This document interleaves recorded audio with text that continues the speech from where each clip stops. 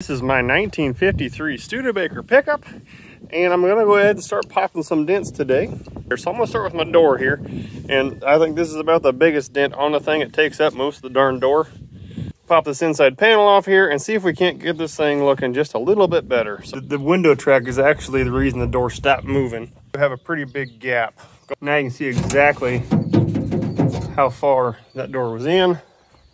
Here's what she looks like now. Our gap looks good all the way down. That shows the scar, but not the big dent. And we can look down the door and see that it's nice and good there. What I want to do now is see if I can't get this fender to come out across here. I also forgot to record over here. I took a big dent out. You can actually see the line where the moss was right across here. And there was one, you can see the line, and then right here where it was all caved in across here. And that one looks really good now as well. Also, there was one, you can see the line right here that had a big old dent right across here that I took out on the driver's side, just trying to take care of the smaller dents that I could get to real quick. Now that our wheel come off with no trouble at all, you actually see the brakes aren't locked up on this thing. And you can see how far this fender is actually in. It ain't showing up well on camera, but she's in pretty hard up here. So we're not at perfection. We're not going to be body working this thing out. None of that. We're just looking to get rid of these big dents and leave the scars is all we're trying to do. After about 10 minutes or so, this is what we're looking like. All of this is gone now. You can still feel some hammer marks, but that's okay. Here's what we're left with. It's nowhere near perfect, but good enough for our purposes. But we're going to call this fender about done for now. We'll fine tune it later when we go back and weld everything in, and then I'll hammer and dolly out a lot more of this. This guy right here has our headlight pointed downwards a little bit, and he shouldn't be.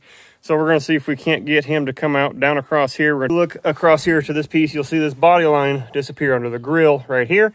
And this one seems to be pushed back a little bit. All because of this all right here needing to come forward. Well, yep, she's starting to rain. So we're going to call her quits.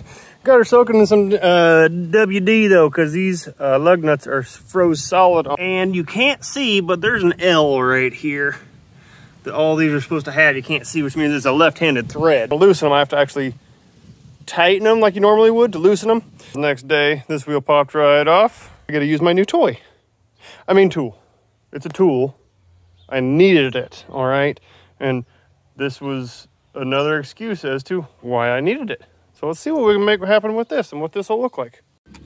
This thing's working pretty good. You see it starting to move. Hear it popping. Well, can't really hear it popping very well. Got somebody out enjoying his new four-wheeler. He'll be flying by here. He got her wound for sound, don't he? Little pushing around, and this thing turned out pretty darn sweet. Up front at this piece here, we can see the end of it right here, where this little comes through. And then you see right here, and you see the end of it right there. So we're back out to where we need to be here. I have a few little dents to hammer and dolly. That's gonna do it for this one. Y'all have a good one. We'll see you on the next one.